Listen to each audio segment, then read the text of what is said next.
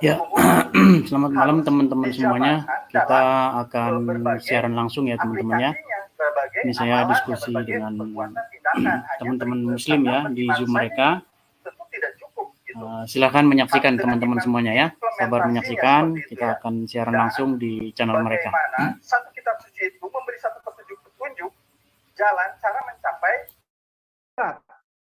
kehidupan di dunia dan kehidupan di akhirat, begitu. Hidup afterlife gitu ya. Jadi kehidupan setelah kita mati di dunia ini. Dan yang terakhir tentu saja dikisahkan harus ada konsep pengkisahan tentang sejarah umat-umat terdahulu sebagai cermin teladan bagi kita yang mengimani bahwa balik lagi kitab suci adalah wahyu Tuhan. Wahyu yang kita imani sebagai petunjuk, dan petunjuknya harus memiliki satu teladan-teladan tertentu begitu loh. Nah, ini yang saya pahami. Apakah itu kitab suci? Apakah parameternya dan bagaimana kita mengidentifikasi kevalidasiannya begitu, keautentifikasiannya? Apakah ini otentik? Apakah valid? Apakah bisa secara tegas menyatakan ini kitab suci? Tentu saja semakin diakui ini adalah suatu kitab suci, semakin tidak ada kontradiksi di dalamnya. Bagaimana bisa satu wahyu Tuhan terdapat di dalamnya berbagai kontradiksi? Sementara kita mengimani bahwa pengajaran, bahwa pengenalan kita pertama kepada Tuhan pada hukum-hukumnya, pengajaran risalah para nabinya, dan teladan-teladan petunjuk-petunjuk bagi kita itu tentulah harus sangat tegas dan aplikatif begitu loh. Nah, ini yang akan saya tanyakan kepada Bang Edis pada malam hari ini. Jika Bang Edis mengklaim bahwa perjanjian baru dalam Bible begitu ya, itu adalah benar-benar firman Tuhan, dan silahkan dipaparkan pada kesempatan yang baik ini oleh Bang Edis, bagaimana Bang Edis bisa berargumentasi tentang perjanjian baru dan mengimani itu sebagai kitab suci yang sangat confirm bahwa itu adalah firman Tuhan. Silakan. Mungkin segitu saja ini dari saya tentang pembukaan diskusi kita malam hari ini. Silakan Bang Edis tanggapi. Ya, terima kasih opening statement-nya ya. Opening statement yang sama seperti yang saya dengar dahulu-dahulu. Nampaknya ini akan menjadi debat kusir kalau saya turuti pola pikir semacam ini. Jadi begini, pertama-tama tentu saja antara Islam dan Kristen itu tidak punya kriteria yang sama terhadap kitab suci itu apa. Ya, sebenarnya istilah kata kitab suci itu sendiri sebenarnya muncul belakangan. Gitu loh. Jadi apa sih yang dimaksud kitab suci?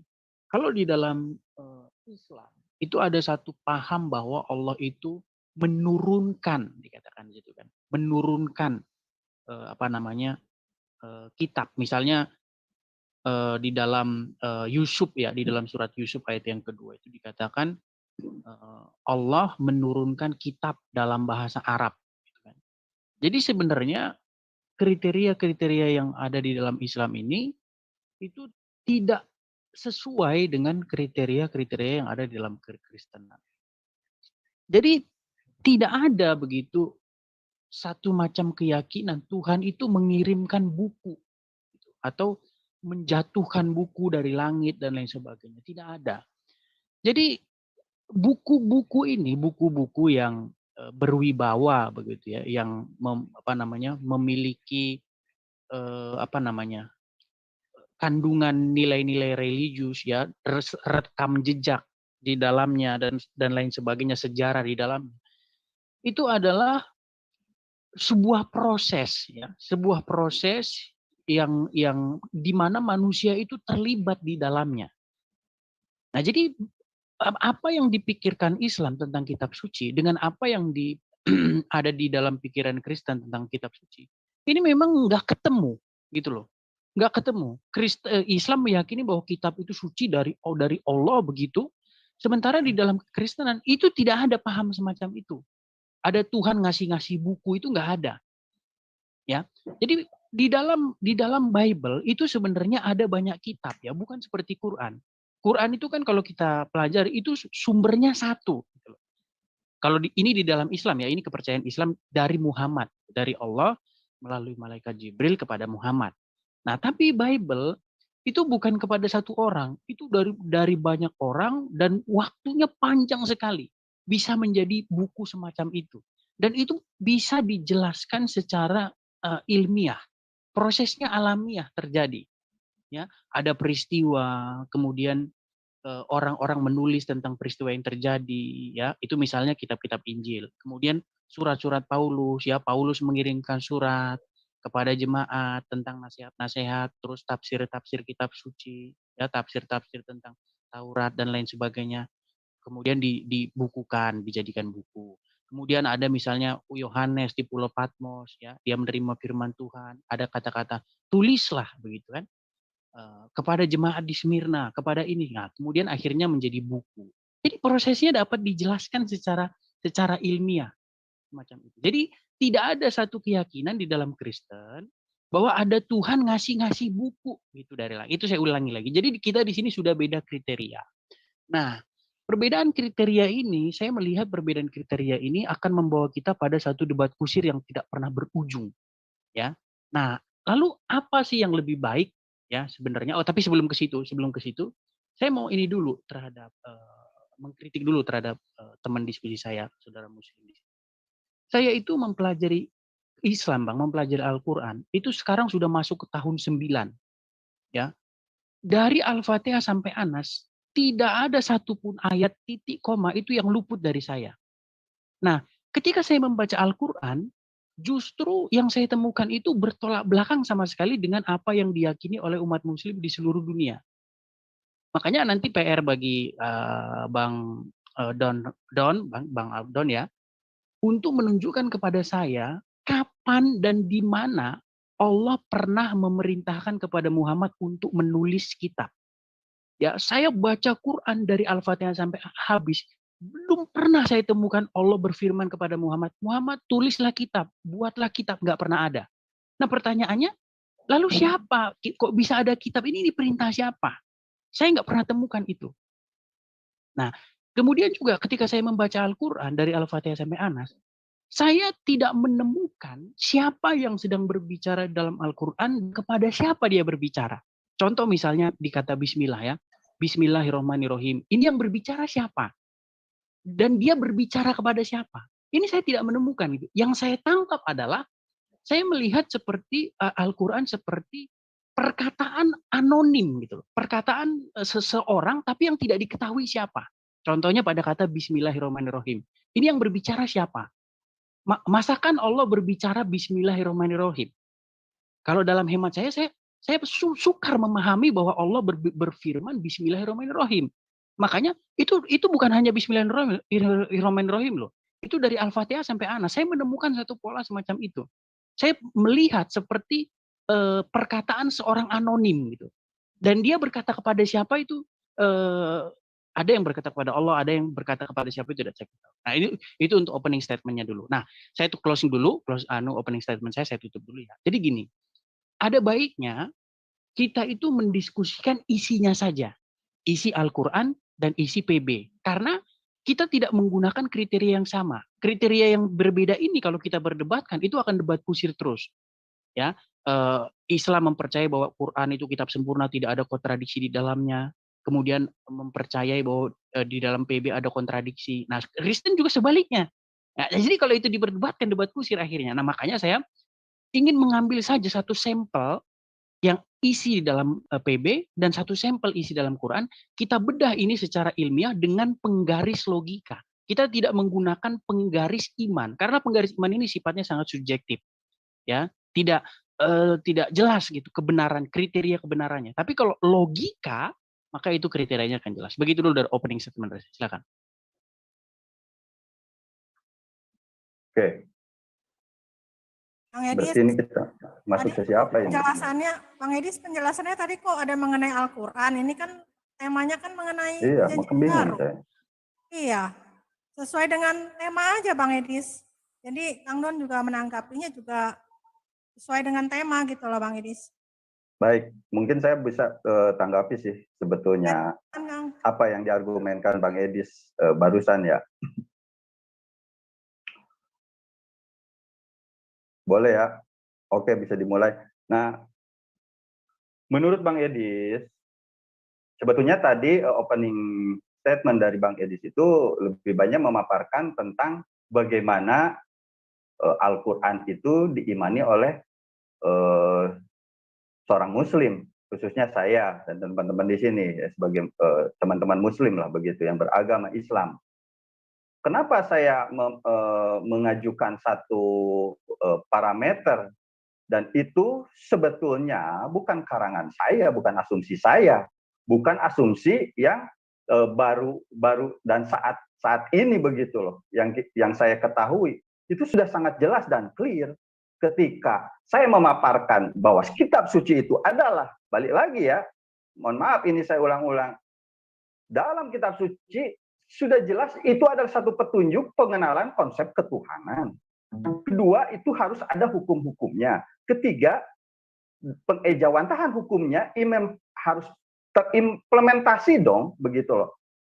Karena ini adalah kitab suci yang kita imani tidak hanya saja dijalani secara aktual hidup di dunia ini yang serba kasat mata, tetapi balik lagi, kitab suci adalah kitab yang meyakini juga setelah kita mati, kita selesai di dunia ini, kita ada kehidupan yang selanjutnya, begitu. Oleh karena itulah dalam Al-Quran sudah sangat jelas sejak surah Al-Baqarah menyatakan dalam awal-awal surat Al-Quran begitu. Zalikal kitabu la raiba fihi hudal lil muttaqin alladzina hum yu'minun bil ghaib.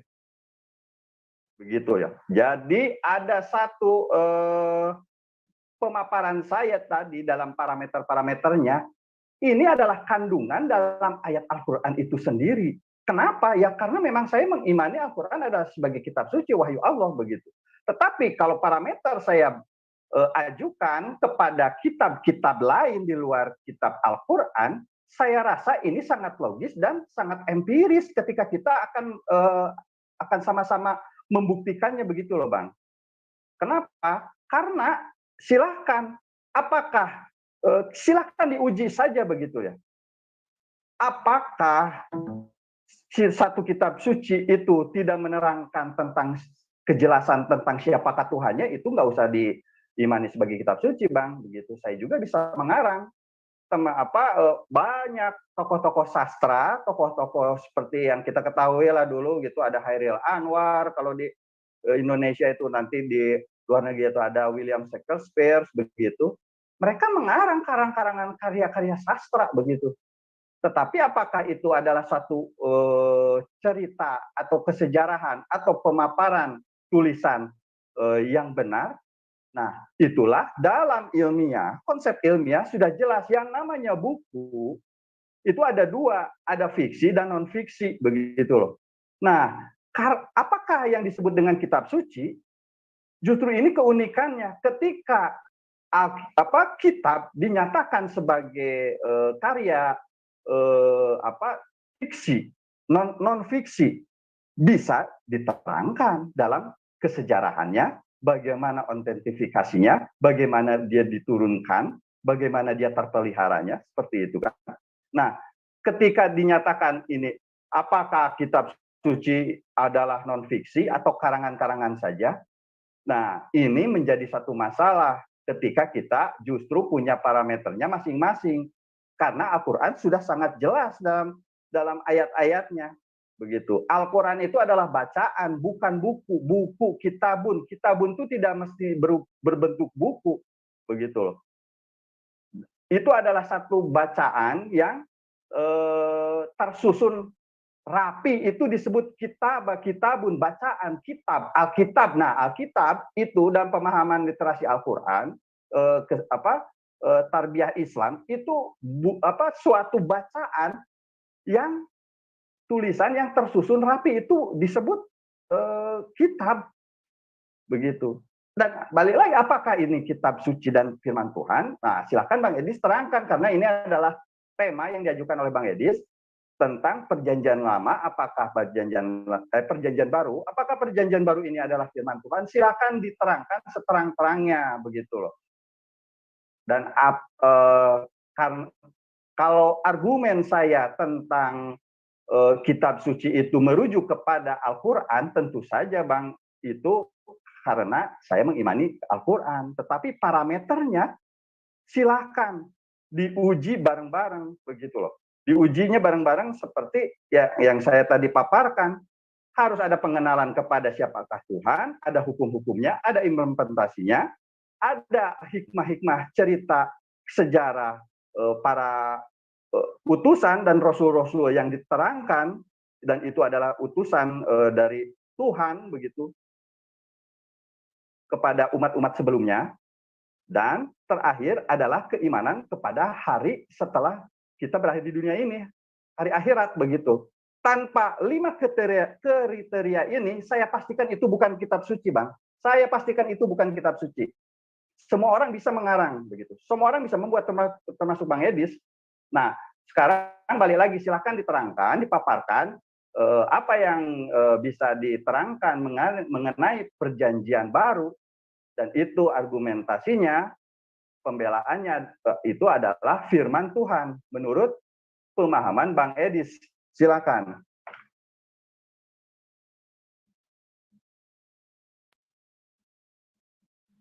Baik, terima kasih ya. Seperti yang saya bilang tadi ya, Bang Don ya, bahwa kalau Anda mengatakan bahwa PB itu bukan firman Tuhan, lantas saya harus menjawab apa, gitu kan? Karena PB itu... Maaf, saya potong. Saya tidak mengatakan PB itu bukan firman Tuhan loh. Silahkan dipaparkan berdasarkan apa yang Anda yakini dulu. Tapi kalau parameternya tadi yang saya sudah sebutkan ada 5 poin. Ini udah masuk TikTok atau belum? Enggak, mohon maaf saya memotong. Tadi saya nggak saya potong loh. Iya, tadi Bang Don nggak saya potong sama sekali. Saya mau klarifikasi saja. Saya belum mengatakan bahwa berarti belum waktu saya. Bukan firman Tuhan. Nggak apa-apa kalau belum waktu saya. Silakan dilanjut Bang. Silakan. Mohon maaf. Ya. Saya mau klarifikasi saja. Ya, seperti saya bilang tadi, ya kan. Kita ini akan debat kusir seperti anak TK atau seperti anak SD yang berdebat soal agama. Gitu loh.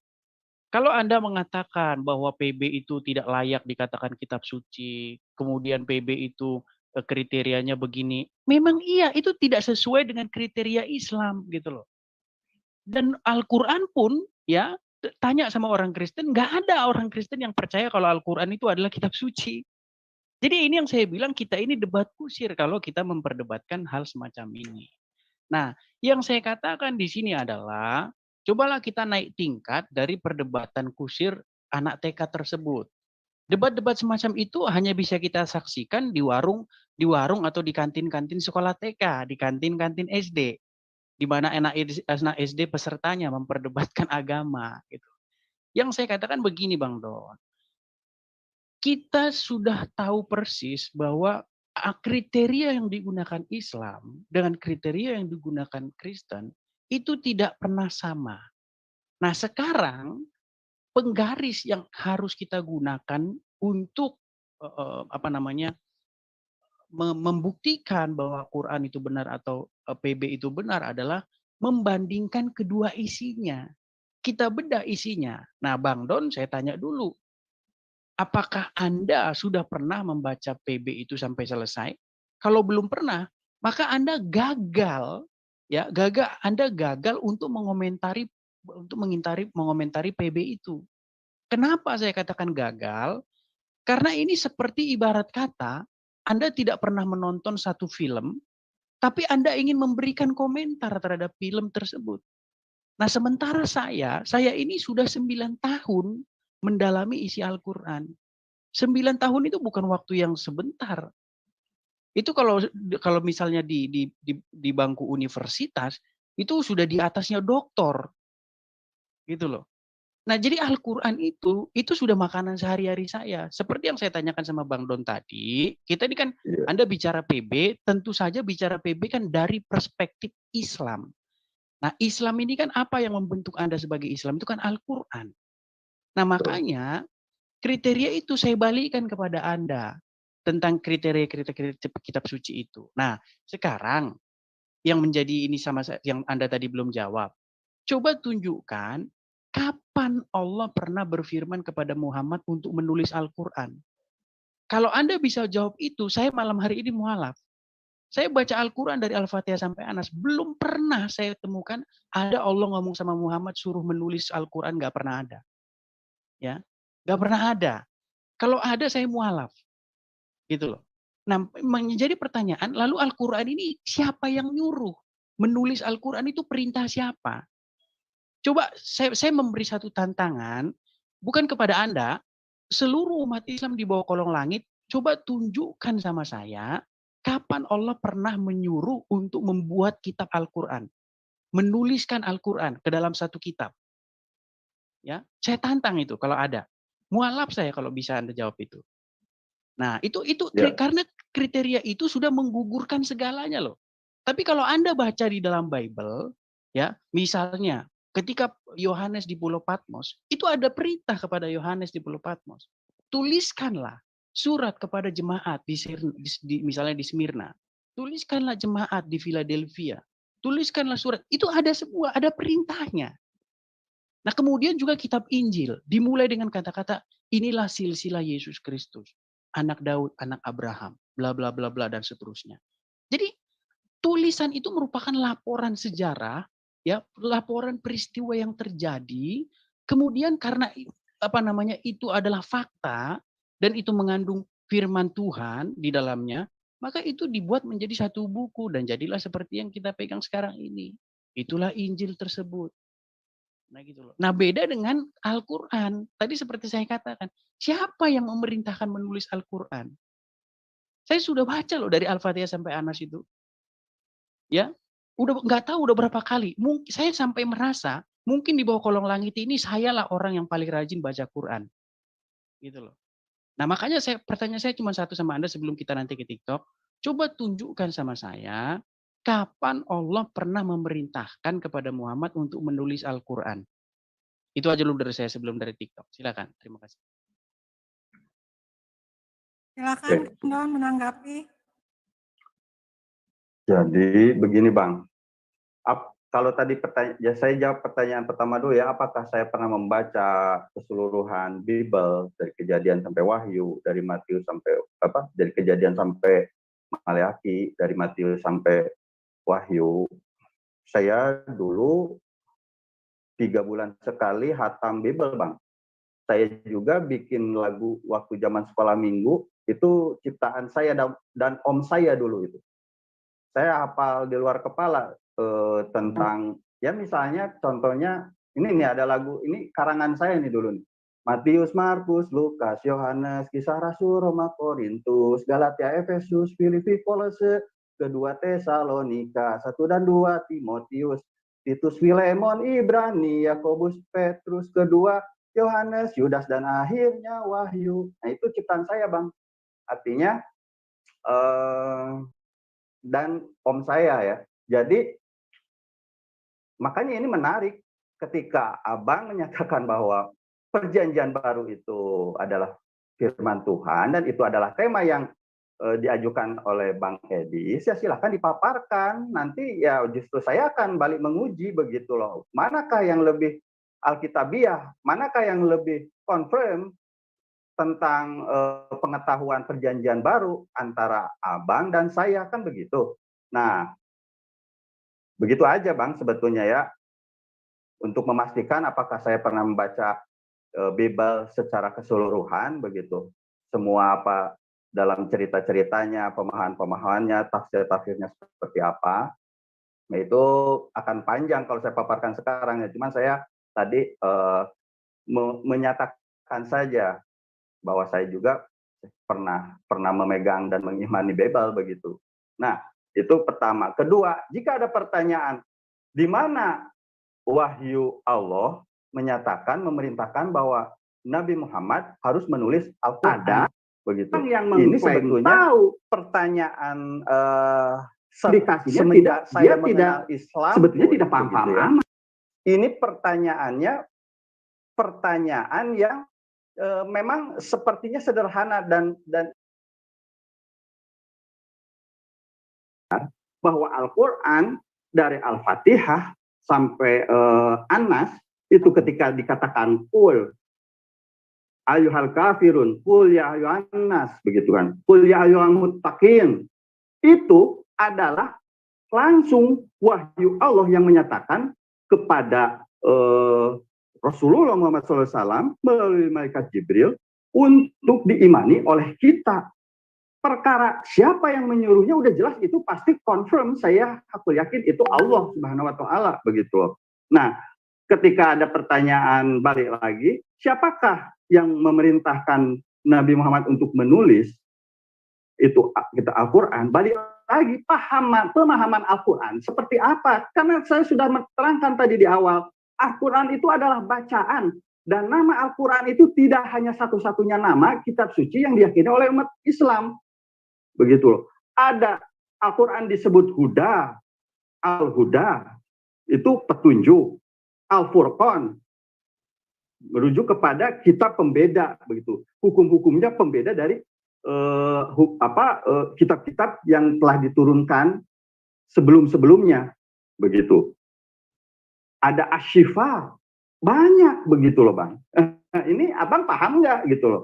Nah, karena Abang merujuknya, apakah Al-Quran itu yang dipegang sekarang oleh umat Islam seluruh dunia, dan apakah itu diperintahkan oleh Allah, dan apakah itu firman Allah? Nah, Bang Edis harus sedalam-dalamnya mempelajari bagaimana Al-Quran itu disebut wahyu Allah, dan kita pahami itu sebagai keyakinan kitab suci, kan seperti itu. Bagaimana saya bisa meyakini kitab suci jika ada satu indikasi, balik lagi ya, jika ada satu indikasi bahwa kitab suci yang saya imani itu kontradiksi antara perintah dan larangan, itu aja yang saya cari, dan faktanya dalam Al-Quran tidak saya dapati, begitu loh. Adapun saya tidak paham tentang beberapa ayat, beberapa pemahaman, beberapa literasi yang diterangkan oleh Al-Quran, saya tinggal bertanya kepada yang ahlinya, begitu. Karena amalan Al-Quran, pengajaran Al-Quran itu tidak main-main, begitu. Ada beberapa ilmu yang kita harus pelajari jika kita betul-betul memang sebagai pengedar. Dulu saya belajar Al-Quran itu menurut guru saya, Bang, ustadz saya, ada dua kriteria, ada dua tipe, begitu loh. Pertama, kamu mempelajari Al-Quran ingin sebagai apa? Pemakai, apa pengedar, begitu. Nah, ini akan beda ini. Saya pemakai itu mempelajari, membaca, menghafal, dan itu bisa saya jawantahkan dalam sholat, dalam doa, dalam ibadah-ibadah yang lain. Saya hanya pemakai, keilmuannya pun akan berbeda ketika kita naik level menjadi pengedar. Nah, ini ada orang yang disebut hafiz Quran, tafsir Quran, begitu loh. Ada penghafal Al-Quran, ada ahli tafsir Al-Quran, dan itu secara ilmu akademis tidak main-main.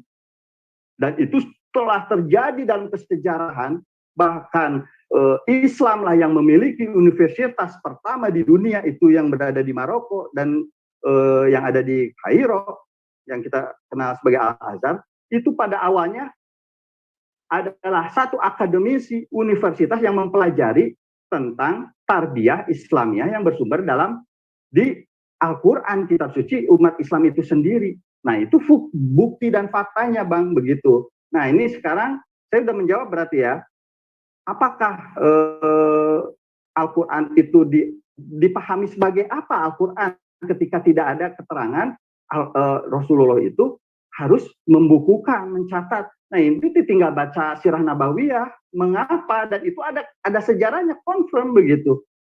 Ada bagaimana Utsman bin Affan, bagaimana Ibnu Mas'ud, para sahabat-sahabat Nabi itu diperintahkan ketika pasca wafatnya Nabi Muhammad, bahkan ketika hidup pun itu ada pencatat-pencatatnya. Pencatatnya itu bukan sekedar pencatat, Bang, dalam kesejarahan tarbiyah Islam. dia harus hafalannya bagus, amalan ibadahnya baik, barulah dia dinyatakan dan divalidasi justru oleh Rasulullah Muhammad SAW sendiri ketika semasa hidup. Nah, ketika saya balikkan, apakah perjanjian baru itu akan seperti itu? Kalau Bang Edis tidak bisa menjelaskan, artinya ya harus suka tidak suka bahwa Al-Quran lebih tinggi sebetulnya dari kadar autentifikasiannya begitu loh. Apalagi kita anggap bahwa bolehlah kita setiap agama itu meyakini masing-masing kitab sucinya, silahkan. Tetapi, nah ini kenapa saya sangat pede dan sangat yakin ketika ada satu parameter yang dinyatakan oleh Al-Quran dalam ayat-ayatnya sendiri yang tadi telah saya paparkan ada 5 poin, itu sangat objektif, tidak subjektif. Nah ini kalau Bang Edis keberatan, silahkan Bang Edis tentang 5 poin ini apa yang keberatannya, pengenalan kepada Tuhankah, apakah pengenalan kepada hukum-hukum begitu, apakah tentang hikmah-hikmah cerita risalah para nabi-nabi yang tercantum dalam kitab suci, apakah pengejawantahan implementasinya seperti itu, dan keimanan kepada hari akhirnya seperti apa yang diterangkan dalam masing-masing kitab suci. Nah, itu silakan dipaparkan oleh Bang Edis pada malam hari ini, silakan. Silakan Bang Edis tanggapi penjelasan dari Kang Don Repcel.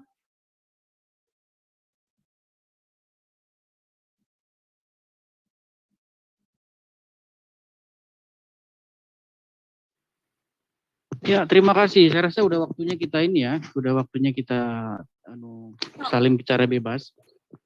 Jadi pertanyaan saya tadi ya, audiens saya itu sampai semuanya itu merasa kesal ya, karena apa yang saya tanyakan itu sama sekali tidak dijawab. Jadi yang saya tanyakan itu sebenarnya simpel. Saya ini sudah membaca Al-Quran itu dari Al-Fatihah sampai An-Nas. Al-Quran itu menjadi buku yang paling saya kaji secara mendalam, ya, dan juga Bible, ya, Al-Quran dan Bible. Nah, saya sudah katakan dari tadi, saya belum pernah menemukan ada ayat atau ada perintah kepada Muhammad untuk menulis, ya, tuliskanlah gitu, nggak pernah ada. Nah, makanya saya tanya, perintah untuk menulis Al-Quran ini siapa yang nyuruh? Itu tadi saya tanya, tapi tidak ada jawaban. Nah, kemudian seperti yang saya katakan tadi dari awal, ini makanya akan menjadi lelucon gitu lah, akan menjadi menjadi debat anak-anak SD ya, anak-anak SD yang berdebat di kantin kelas gitu. Kan gini, Anda mengatakan Al-Quran itu kitab suci karena banyak orang yang bisa hafal, kata Anda. Ya, anak kecil bisa hafal, hafiz. Ini kriteria macam apa gitu loh. Apakah kalau bisa dihafal maka dia kitab suci? Berapa banyak di bawah kolong langit ini yang hafal lagu Potong Bebek Angsa? Berapa banyak di bawah kolong langit ini yang hafal lagu Selamat Ulang Tahun panjang umurnya? Apakah bisa dikatakan bahwa Potong Bebek Angsa itu adalah ayat suci, kitab suci yang penuh yang ajaib karena bisa dihafal? Makanya saya bilang ini debat-debat seperti ini itu adalah debat yang dilakukan oleh anak SD di kantin kelas, gitu loh. Nah, makanya saya mengajak Bang Don. Tadi saya menarik sama Bang Don tadi mengatakan, coba kita buka isinya dalamnya. Nah, kalau Anda mengatakan, ya sangat memprihatinkan ya kalau Anda pernah membaca Bible sampai habis. Saya rasa kalau 3 bulan itu mustahil, membaca Bible 3 bulan itu adalah sangat mustahil. Kecuali Anda tidak punya kerjaan, ya kalau orang di dalam penjara mungkin bisa. Dia baca Bible 3 bulan habis, mungkin bisa. Ya, karena Bible itu isinya itu 8 kali lebih banyak dari Al-Quran. Ya, saya baca Al-Quran itu kalau khatam dari Al-Fatihah sampai An-Nas itu sebulan. Kalau baca Bible itu 8 bulan. Jadi kalau Anda katakan 3 bulan itu sangat meragukan sekali ya. Jadi gini, kalau kita membaca Al-Quran sama Bible, ya, kita ketahui bahwa di dalam itu banyak isi-isinya yang mirip. Ya.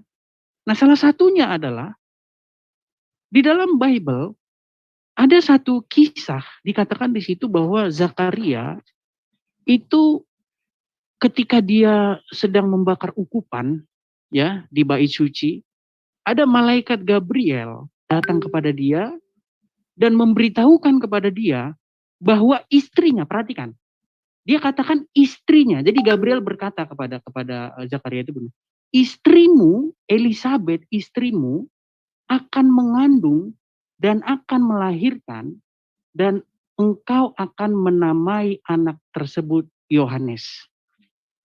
Jadi kata-kata malaikat Gabriel di sini sangat jelas.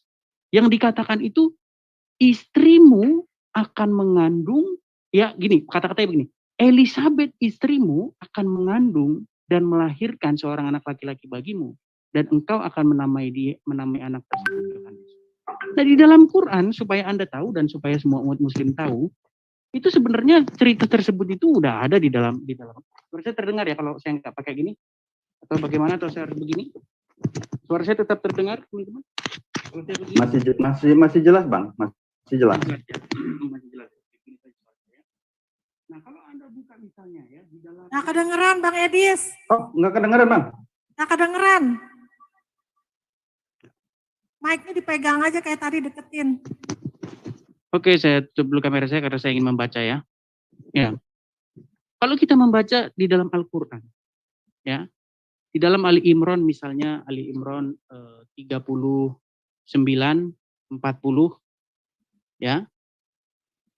Di sini dikatakan ya, di dalam ayat 39, kemudian para malaikat memanggilnya ketika dia berdiri melaksanakan sholat di mihrab.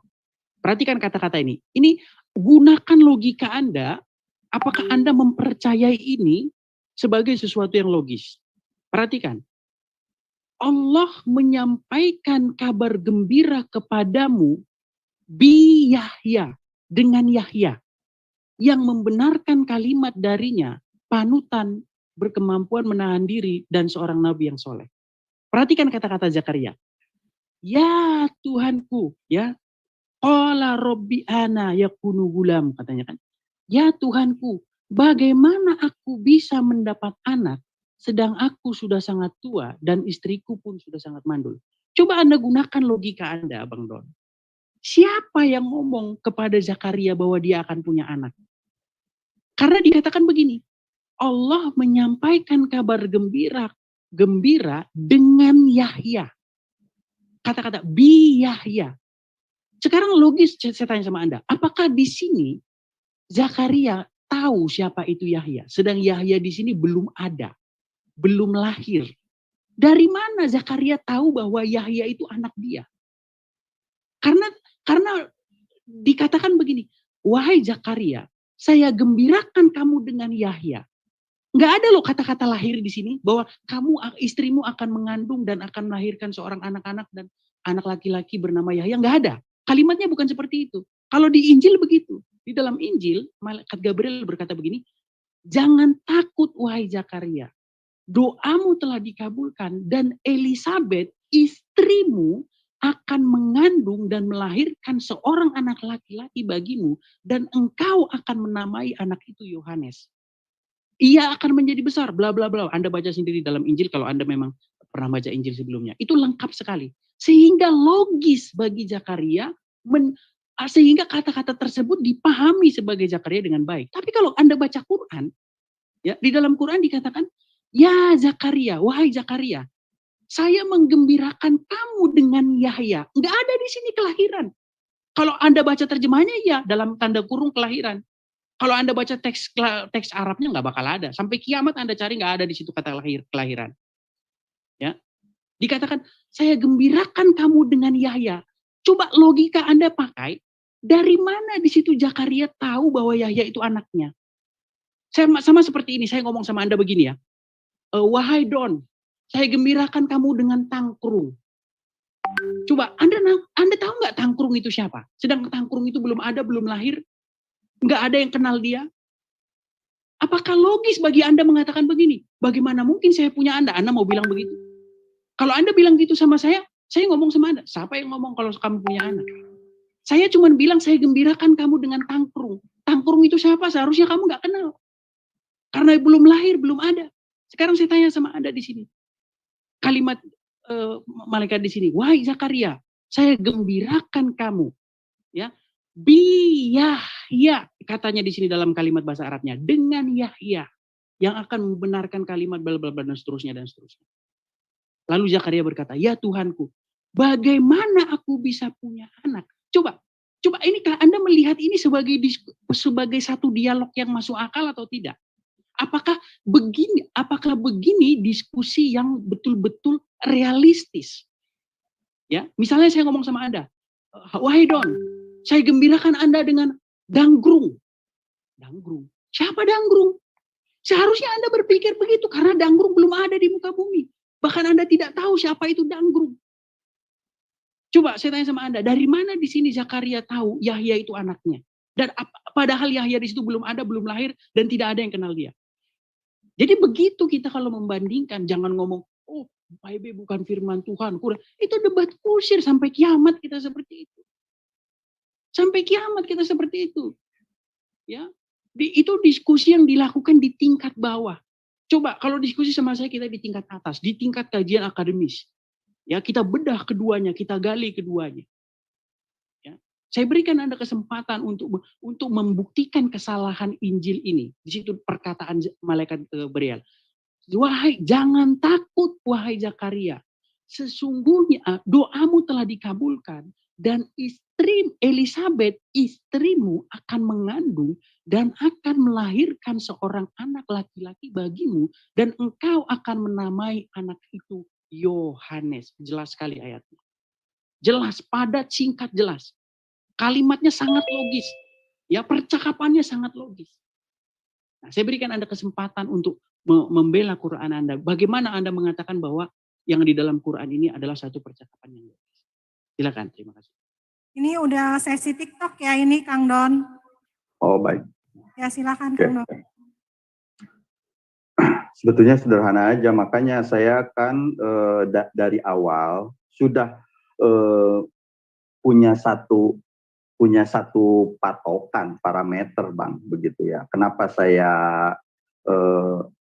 sangat confirm tentang apakah kitab suci itu dan bagaimana parameter-parameternya, itu ada 5 poin. Dan yang salah satu yang disinggungnya berarti ini adalah poin ke 4 atau 5 ya, yang saya paparkan tadi. Salah satunya itu kisah dan sejarah umat-umat yang terdahulu sebagai cermin dan teladan, begitu. Sejarah siapa? Kisah para nabi dan umat-umat sebelumnya, begitu. Kenapa umat-umat sebelumnya? Kita hidup di akhir zaman dan Alkitab dan Bible dan Al-Quran itu bukan biografi nabi yang harus jelas silsilahnya, begitu, dan bagaimana dia diterangkan secara keumuman ketika kita membaca satu teks akademis tentang biografi seseorang, bukan begitu, Bang. Makanya Al-Quran itu adalah pokok-pokok dari satu pemahaman hikmah, begitu, dan itu petunjuk bagi kita bagaimana dalam kata-katanya pun kita bisa pahami itu adalah ketinggian sastra, ketinggian bahasa, keluhuran apa yang dicatat itu ciri-cirinya, istilahnya kita imani sebagai wahyu, begitu loh ya. Jadi ketika Bang Edis tidak setuju dengan parameter-parameter yang saya paparkan dari 5 poin ini, justru Bang Edis masuk ini kepada penyangkalan, istilahnya menyanggah bahwa kitab suci itu harus confirm tentang siapakah Tuhannya, hukum-hukumnya, begitu, tarhibnya, tarbiyahnya, pengajarannya, implementasinya seperti apa, petunjuk-petunjuk jalan kebahagiaan, cara-cara mencapai dunia akhiratnya apakah diterangkan atau tidak sejelas-jelasnya, begitu loh. Karena itu intinya. Dan terakhir ini Bang Edis tentang mempermasalahkan kisah dan sejarah umat-umat yang terdahulu mengutip satu ayat, begitu. Nah, tentang ayat yang di-share oleh Bang Edis, tapi saya ini mau menjawab dulu tentang siapakah yang mencatat Al-Quran. Itu sudah confirm ya Bang ya, bahwa di surat Al-Qiyamah ayat 16 sudah jelas bahwa Allah mengumpulkan bacaan, artinya wahyunya ke dalam dada Muhammad Rasulullah SAW begitu loh. Dan itulah semurni-murninya cara Allah ingin mengekalkan, melestarikan apa yang telah diwahyukannya kepada seorang nabi utusannya. Dan itu confirm ketika seorang hafiz Al-Quran sekarang dia menghafal dari tulisan, dari mushaf Al-Quran, dari hafalan-hafalan para guru-guru hafiz-hafiz Quran sebelumnya. Dan itu sama dengan pengajarannya ketika Rasulullah mengajarkan kepada para sahabat, yang sudah jelas, itu sangat jelas begitu loh. Dan bisa kita ketahui juga mana itu bukti literasi autentifikasinya. Nanti saya tunjukkan ya di lembaran-lembaran tertua mushaf Quran yang di Birmingham itu, apakah sama dengan apa yang kita baca sampai sekarang. Nanti saya coba share begitu. Nah, balik lagi ketika Bang Edis mempolemikan tentang kabar baik, tidak ada keterangan siapa yang dilahirkan dan namanya siapa. Nah, ini sudah sangat jelas bahwa ketika seorang malaikat diutus Allah begitu untuk mengabarkan apa yang diidam-idamkan, didoa-doakan, diharapkan kepada para orang-orang soleh terdahulu, termasuk kepada para nabinya, Abraham, Ibrahim, Musa, begitu loh, kepada Daud, pada Salomo, kepada semua, termasuk kepada Bunda Yesus alaihissalam. Itu tidak ada yang aneh, itu kabar gembira. Dan ini keterangannya kan Nabi Zakaria, Nabi Yahya begitu. Kabar baik tentang kelahiran seorang anak yang memang diidam-idamkan, dan indikasinya jika tidak terlahir anak itu, ya jelas bahwa Nabi Zakaria itu tidak akan memiliki seorang anak. Begitu. Itu nggak ada yang aneh. Ini hikmahnya. Kabar gembira itu jawaban. Tidak penting ketika itu harus dinyatakan seperti sejelas-jelasnya apa yang diterangkan oleh Perjanjian Baru, seperti itu. Kalaupun saya memaksakan diri ketika membaca Bible, apakah Bible itu confirm secara kesejarahan? Nah, ini akan menjadi bumerang bagi Bang Edi sendiri. Bagaimana Bible dinyatakan bahwa itu sangat jelas kesejarahannya, sangat jelas ketika menuliskan sesuatu itu detail begitu. Bagaimana bisa? Silsilah Yesus saja ada 2 versi. Di versi pertama di Matius itu ada 13 silsilah. Kenapa di versi lain ada 12 begitu?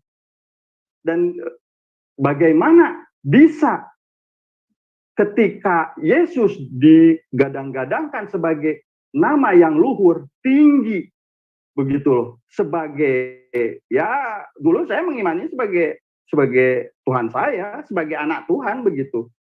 Dan namailah dan putra itu akan bernama Yesus. Bagaimana bisa?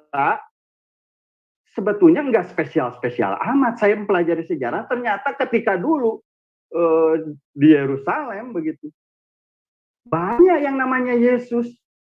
Tidak hanya Yesus Kristus, anak Maria, begitu. Dalam Perjanjian Baru pun sudah confirm itu. Ada Yesus lain, Yesus Barabas.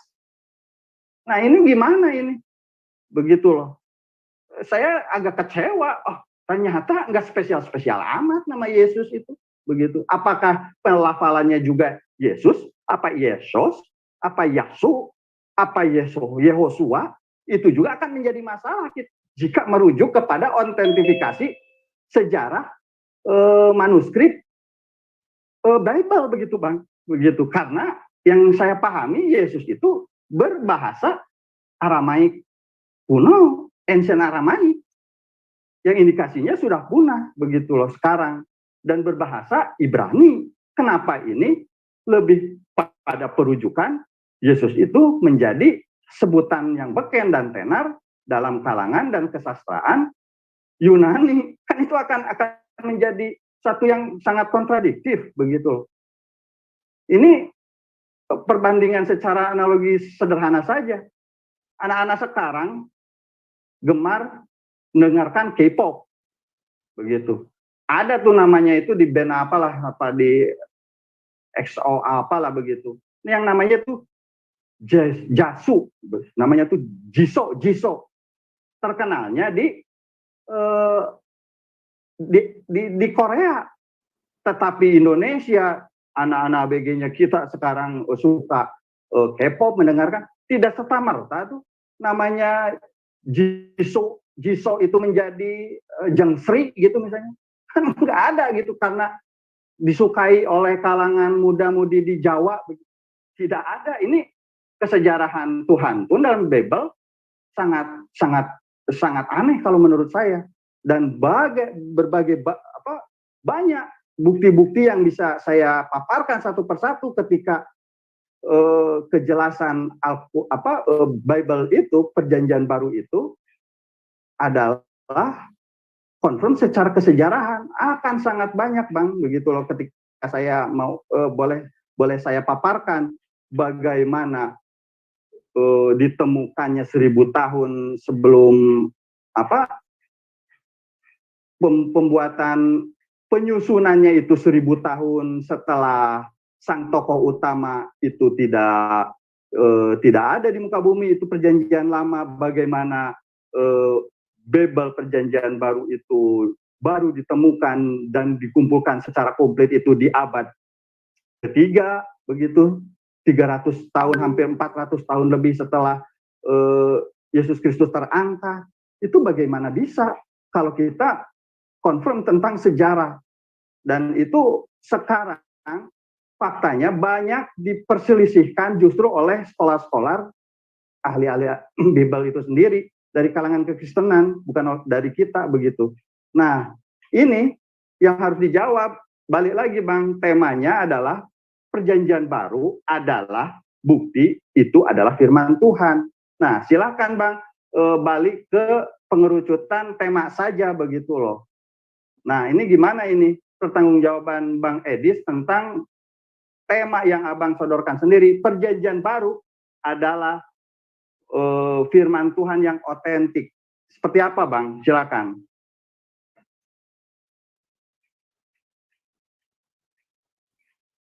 Silakan Bang Edis menanggapi.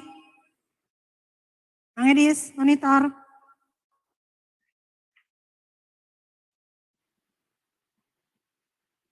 Ya, ditanggapi tapi belum dibuka, mic-nya masih dikunci.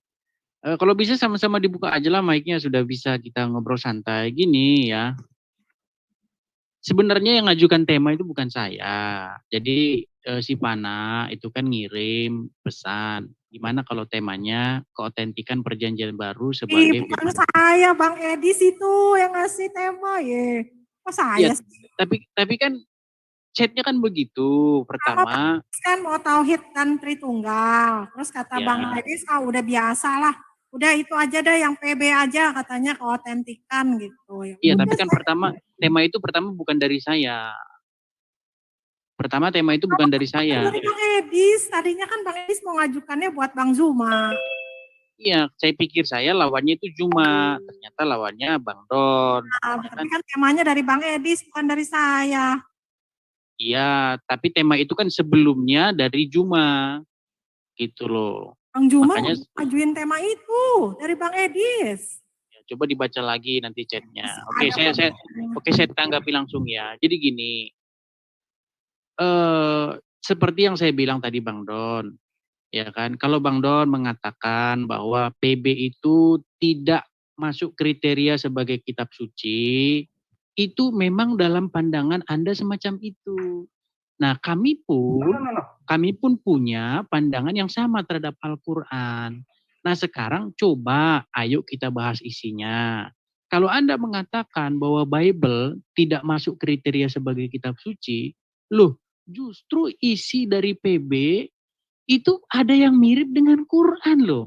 Ketika Anda mengatakan bahwa PB itu bukan kitab suci, tapi isinya itu tidak layak sebagai firman Tuhan, tapi kok isinya ada yang mirip dengan Quran. Nah, ayo kita bandingkan isi yang mirip ini. Salah satunya tadi yang saya katakan. Nah, di dalam Injil, saya akan bacakan saja ya. Jadi ada satu peristiwa Zakaria, ya Zakaria itu kan ketika dia sedang membakar ukupan ya. Kemudian datanglah seorang malaikat kepada Zakaria dan mengatakan kepada Zakaria, perhatikan ini kata-katanya. Jangan takut hai Zakaria, sebab doamu telah dikabulkan dan Elisabet istrimu akan mengandung. Jadi yang mengandung itu bukan Zakarianya. Ya. Yang akan mengandung anak itu bukan Zakaria, tapi istrinya Zakaria. Ya dikatakan.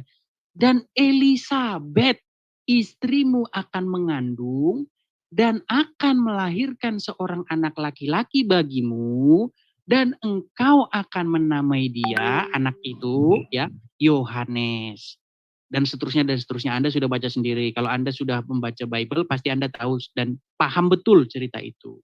Nah, di Quran Anda itu ada kisah yang mirip gitu loh. Jadi ketika Anda mengatakan bahwa perjanjian baru itu hanya kitab karangan bla bla bla, itu justru Anda sedang mengolok-olok isi Al-Quran Anda sendiri karena di dalam Al-Quran ada konten yang mirip. Nah, ayo kita bedah ini, kita bandingkan. Nah, jangan menggunakan iman untuk menentukan mana yang benar mana yang salah. Kita kalau pakai iman nggak kelar gitu loh, karena itu iman itu sifatnya sangat subjektif gitu loh, sangat menurut pendapat pribadi seseorang. Nah, ayo kita gunakan logika ya, bila perlu ini kita bawa ke satu reka adegan. Kalau Anda paham reka adegan, rekonstruksi ya. Contoh, kita rekonstruksi percakapan antara malaikat dengan Zakaria ini ya. Kalau Anda baca dalam Injil itu jelas malaikat itu omongannya seperti tadi sudah saya bacakan, nggak usah saya ulang-ulang lagi. Nah, di dalam Al-Quran, ayo kita rekonstruksi yuk percakapan malaikat. Sekalipun nggak ada Gabriel, di dalam Quran nggak ada loh. Gabriel itu nggak ada. Kata Jibril di situ nggak ada. Tapi kalau Anda buka terjemahan ada. Dari mana ini penerjemah ini tahu Jibril ini? Yang datang kepada Zakaria ini, yang datang kepada Maryam ini Jibril. Coba dari mana? Di Quran nggak ada loh itu. Ya. Nah, sekarang Anda mengatakan bahwa yang di dalam PB itu bukan kitab suci dan seterusnya.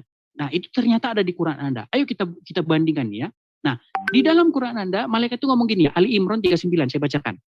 Kemudian para malaikat memanggilnya, di sini maksudnya adalah Zakaria, ketika dia berdiri melaksanakan sholat di mihrab. Ini kata-kata ini yang saya bold ini, perhatikan ini ya.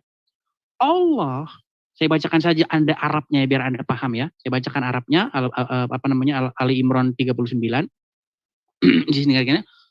Allah ya. Yubashiruka biyahya. Perhatikan kata-kata ini. Ini yang saya bawa kemana-mana ini. Saya challenge seluruh ustadz di seluruh kolong langit ini. Coba ya, nih perhatikan kata-kata ini. Sesungguhnya Allah yubashiruka ya, menggembirakan kamu, memberikan kabar gembira kepadamu. Ya, apa kabar gembiranya? Biyahya. Ya, Allah memberikan kabar gembira kepadamu dengan Yahya. Ya, saya teruskan. Yang membenarkan sebuah kalimat dari Allah, panutan, berkemampuan menahan diri, dan seorang nabi. Perhatikan kata Zakaria. Zakaria membalas. Zakaria membalas perkataan itu. Nah, ini yang saya bilang, ini yang membuat saya pusing, ya, yang membuat saya nggak paham. Zakaria ngomong gini. Ya Tuhanku, ya. Qala ya berkata Zakaria ya, Qala berkata, Robbi ana yakunu li gulamu. Ya, artinya tuh gini. Ya Tuhanku, bagaimana aku mendapatkan anak? Sekarang saya tanya sama Anda, dari mana Zakaria di sini tahu bahwa Yahya itu anak dia? Siapa yang ngomong kalau Yahya itu anak dia? Karena dikatakan begini loh. Saya gembirakan kamu dengan Yahya. Ingat, Yahya di sini belum ada loh. Yahya belum ada di bawah di kolong langit, belum ada. Dia belum ada, belum dikenal, ya, belum lahir, ya, ya, belum ada, nggak ada Yahya itu. Pertanyaannya dari mana Zakaria tahu Yahya ini anak dia? Saya itu sama seperti ini loh. Kalau Anda sulit memahaminya, saya bilang gini sama Anda.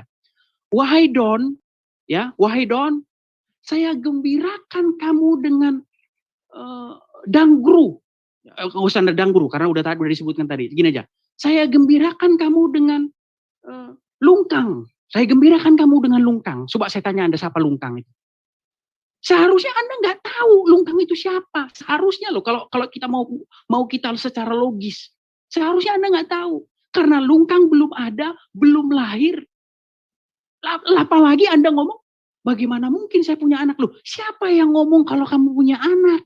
Saya cuma ngomong, saya gembirakan kamu dengan lungkang. Lungkang itu siapa? Seharusnya kalau ini di diskusi yang normal, harusnya Anda bilang gini, maaf, lungkang siapa ya? Saya digembirakan dengan lungkang itu maksudnya gimana? Maksudnya gimana kok saya bisa digembirakan dengan lungkang? Itu kalau diskusi yang masuk akal. Makanya saya mengajak kamu untuk merekonstruksi kisah ini.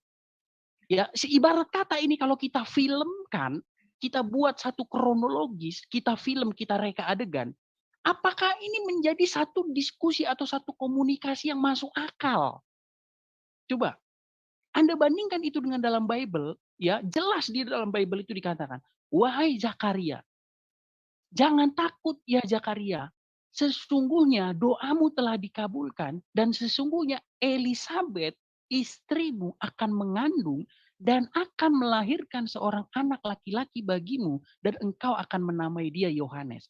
Dia akan menjadi besar dan akan bla bla bla. Dia akan berjalan.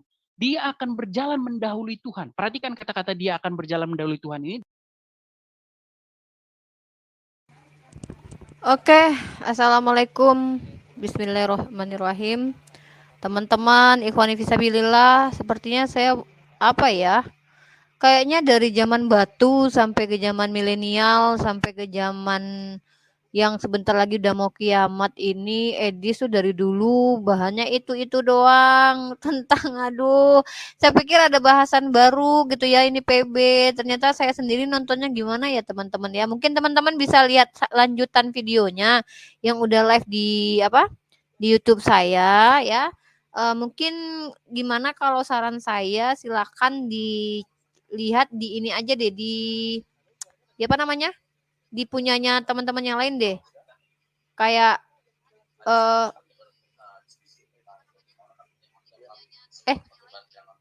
halo?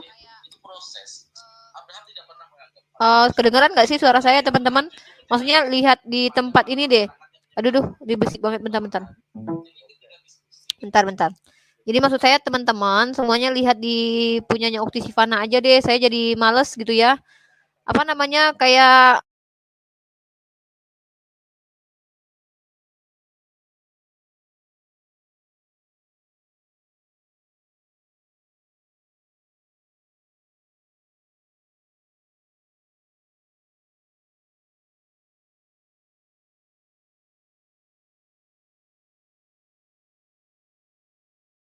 Natadhul malaikatu, malaikah, wahuwa imun, dan dia sedang berdiri,